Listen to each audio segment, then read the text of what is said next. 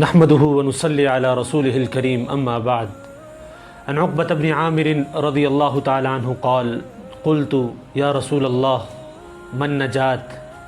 قال: أمسك عليك لسانك وليسعك بيتك وابكي على خطيئتك.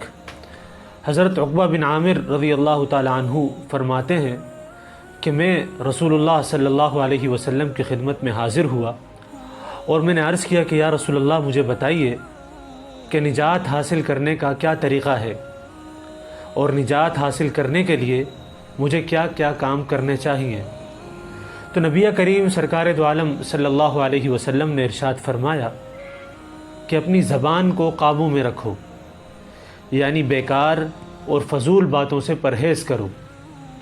دوسری بات یہ ارشاد فرمائی کہ تمہارے گھر میں تمہارے لیے گنجائش ہو، یعنی جب باہر کا کوئی کام نہ ہو تو بلا وجہ گھر سے باہر نہ گھومو، یعنی آوارہ گردی نہ کرو.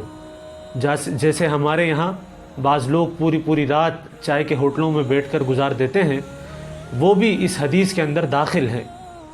اور تیسری بات آپ صلی اللہ علیہ وسلم نے یہ ارشاد فرمائی کہ اپنے گناہوں پر اللہ تعالیٰ سے معافی مانگو، استغفار کرو.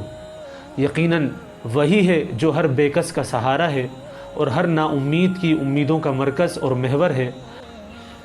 اللہ تعالیٰ ہمیں ان نصیحتوں پر عمل کرنے کی توفیق عطا فرمائے اور اسے ہمارے لیے باعث نجات بنائے. وآخر دعوانا ان الحمد للہ رب العالمین.